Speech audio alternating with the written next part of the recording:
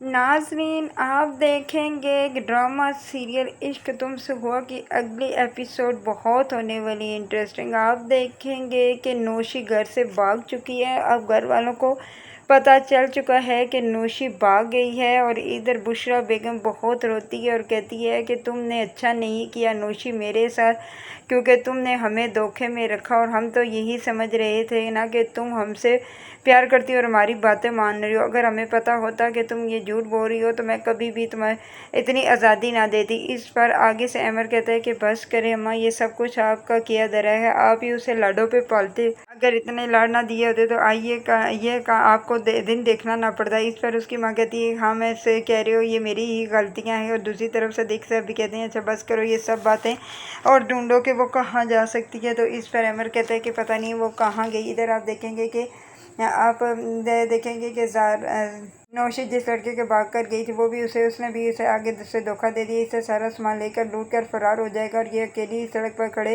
रोती रहेगी और ताकि वहाँ से कहीं किसी आदमी के गुजरना होगा वो इसको लेकर किसी कोठे पर चला जाएगा और वहाँ पर जब इसे पता चलेगा कि ये अच्छी जगह नहीं है तो वहाँ से ये निकलने की कोशिश करेगी। नौशी वहाँ से निकल नहीं पाएगी और फिर रोएगी और कहेगी कि मैंने अपनों को धोखा दिया। मैं तो समझ रही थी कि जैसा मर्जी मैं करूँ मेरे साथ बुरा कभी भी नहीं हो सका, लेकिन अल्लाह ताला ने मुझे तो दुनिया में ही इस चीज़ की सज़ा दे दी और अब मैं क्या करूँ, अब मैं कैसे यहाँ से भागूँ। और मुझे तो नहीं पता।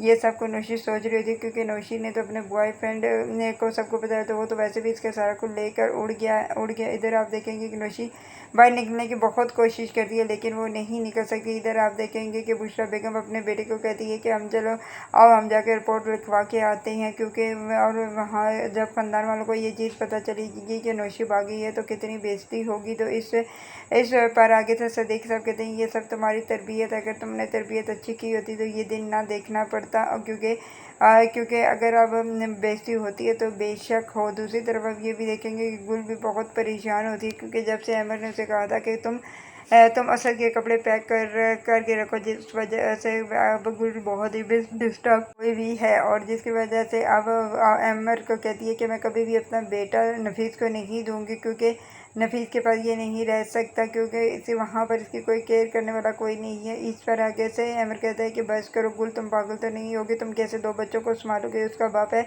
वहाँ वो खुश रहेगा। इस पर आगे से गुल कहती है कि नहीं वो वहाँ पर खुश नहीं रहेगा, ये मेरे साथ खुश रहता है और मैं ही सब कुछ इसको खिलाती पिलाती हूँ, वहाँ पर कौन करेगा। लेकिन आप देखेंगे कि अमर ज़बरदस्ती करके बच्चे को वहाँ पर देकर आ जाएगा, जिसकी वजह से गुल को बहुत रोएगी। लेकिन अमर एक भी बात नहीं सुनेगा और गुल एक बात पर डट जाएगी। अब कहेगी कि अब मैं यहाँ पर नहीं रहूँगी, मैं सिर्फ अपने बच्चों के साथ रहूँगी। और इस पर अमर कहता है कि बस करो गुल, तुम कहाँ जाओगी। तो वो कहती है कि मैं जहाँ मर्जी जाऊँ, लेकिन मैं अमर असद को अपने पास रखूँगी, वो कभी भी मैं उसको नफीस के हवाले नहीं करूँगी। तो इस पर अमर कहता है कि बस करो, तो मेरे बच्चे पर वजह तुम देख रही थी कि कैसे कैसे उसको उसने चक्की काटी और फिर इसे जोरदार थप्पड़ मारा। मैं नहीं चाहता कि मेरे बच्चे को कुछ हो क्योंकि ये मेरा पहला बच्चा है। तो इस पर गुल कहती है कि क्या ये मेरा बच्चा नहीं है, क्या मैं को प्यार नहीं करती। तो इससे आप ऐसा क्यों कह रहे हैं कि दोनों मेरे बच्चे हैं और मेरी मर्ज़ी मैं कैसे इन दोनों को पालूँ, आप कौन होते हैं। तो इस पर आगे से अमर कहता है कि बकवास बंद करो गुल, तुम्हारी कुछ ज़्यादा ही ज़ुबान चल रही है,